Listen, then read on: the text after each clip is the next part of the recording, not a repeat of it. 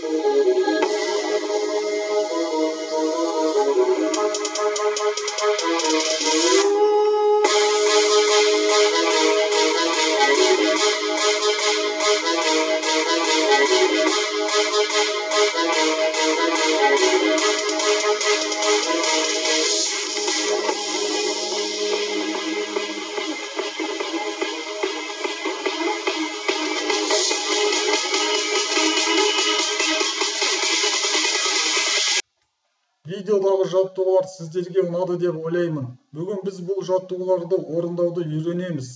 Бірақ алдымен қауіпсіздік ережелерін қайталаймыз. Талқылауға арналған сұрақтар.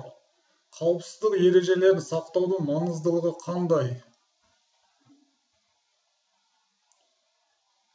Футбол сабақтарында жарақат алмау үшін қандай қауіпсіздік ережелерін сақтауымыз қажет? Жаттығуларды орындау кезінде қандай қауіпсіздік ережелерін сақтауымыз қажет? Өздеріңіздің практикалық білімдеріңізді және дағдыларыңызды күнделікті өмірде қалай қолданасыздар? Ал Шынымен де шебер футболист болу үшін дәлдікті, үйлесімділікті дамытуға арналған қимыл қозғалыс жаттығуларын үйренеміз. Бірінші жаттығу бағытты өзгертіп, фишкалардан жыланша табаны ішкі жағымен және табаны сыртқы жағымен кезек-кезек орындау. Екінші жаттығу допты оң сол аяқпен кезек-кезек беру және тоқтату. Жаттығу барысында мұқият болайық. Үй тапсырмасы: таңғы сергіту жаттығуларын орындау. Футбол ойынына дайындық ретінде аяққа күш салатын қимыл қозғалыстарды орындау. Сұрақ-жауап: қызықты сұрақтарға оңай жауап беретініне сенемін.